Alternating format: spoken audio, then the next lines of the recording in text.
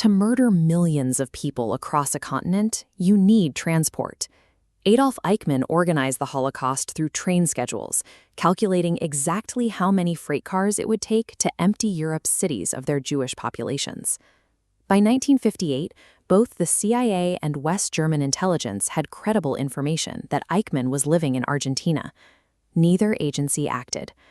In the early days of the Cold War, Western governments prioritized using former Nazis as anti-communist informants over prosecuting them. A government intelligence sweep didn't track him down. Instead, a blind Holocaust survivor living in Buenos Aires recognized the man after his teenage daughter went on a date with a young man who bragged about his father's wartime role. His last name was Eichmann. While global superpowers ignored the intelligence sitting in their own files, a single survivor's attention to detail set a massive operation into motion. When the intelligence reached Israel, Prime Minister David Ben-Gurion issued a strict directive to the Mossad. Eichmann was not to be killed. He had to be captured alive, smuggled across an ocean, and delivered to a courtroom to stand trial. Assassinating a target is straightforward. One agent, one opportunity. But extracting a conscious human across international borders requires a completely different scale. It demands a highly synchronized network, 11 operatives, rented properties, precise medical sedatives, forged flight manifests, and absolute silence. If Argentine authorities caught them kidnapping someone on their soil, it would trigger an immediate diplomatic crisis. The fallout would damage the international standing of the young state of Israel. To capture the architect of mass death, the operatives had to suspend their own anger and engineer a meticulous system for extracting him alive. On the evening of May 11, 1960, a group of Mossad operatives waited on an unpaved road in a Buenos Aires suburb. To anyone passing by, they looked like mechanics trying to fix a broken-down car with its hood propped open. They knew exactly which bus their target took home from work. But the bus arrived, and Eichmann wasn't on it. For 30 minutes, the team waited in the open. Every passing minute increased the probability that a local patrol car would stop to ask if they needed help. Finally, a second bus pulled up. A balding man stepped onto the gravel and began walking toward his house. The operatives moved instantly. In a brief, chaotic 20-second struggle, they tackled him, clamped a hand over his mouth, and dragged him to the floorboards of the back seat. During the ambush, the operative who made the physical grab, Peter Malkin, wore a pair of thick leather work gloves. The evening air was mild. Malkin didn't wear them to stay warm.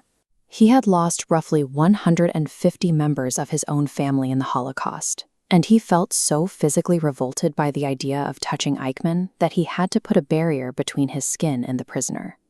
The operatives drove Eichmann to a safe house, beginning a 9-day containment phase. 11 agents had to keep the world's most wanted man hidden and cooperative inside a rented suburban villa, while neighbors and schoolchildren walked right past the front windows. Almost every operative in that house was a Holocaust survivor or had lost immediate family in the camps. For over a week, they lived under the same roof as the architect of their family's destruction, suppressing the constant urge to kill him on the spot. The mission had a critical legal hurdle. To ensure the future trial had a solid foundation in international law, the Israeli government required Eichmann to sign a document stating he was traveling to Israel voluntarily. When the official interrogator failed to secure the signature, Peter Malkin broke protocol. He sat down and spoke with the man who had murdered his sister. They shared a bottle of wine, building a temporary rapport over several days until Eichmann finally signed the paper. Forcing the man who organized the final solution to submit himself to a legal process was a psychological victory. The operatives prioritized the rule of law over their own desire for revenge. With the signature secured, they had to bypass Argentine border control.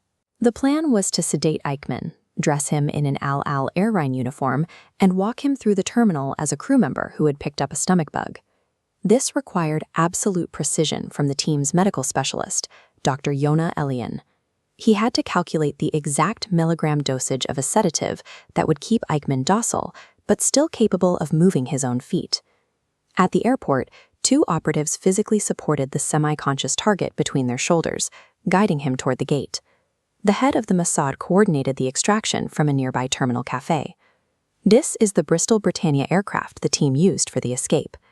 To get Eichmann past the customs desk, the Mossad used a clerical trick. They left one actual flight crew member behind in Argentina and crossed his name off the manifest, ensuring the total headcount matched the forged documents they handed to the border officer. The officer stamped the paperwork. Minutes later, the Britannia's engine started, and the aircraft lifted off into the darkness, removing a war criminal from the continent without leaving a trace of the operation. On April 11, 1961, Adolf Eichmann sat inside a bulletproof glass booth in a Jerusalem courtroom. It was the first criminal trial in history to be broadcast in its entirety to a global television audience. On the stand, he didn't look like a screaming fanatic. He was thin, polite, and ordinary.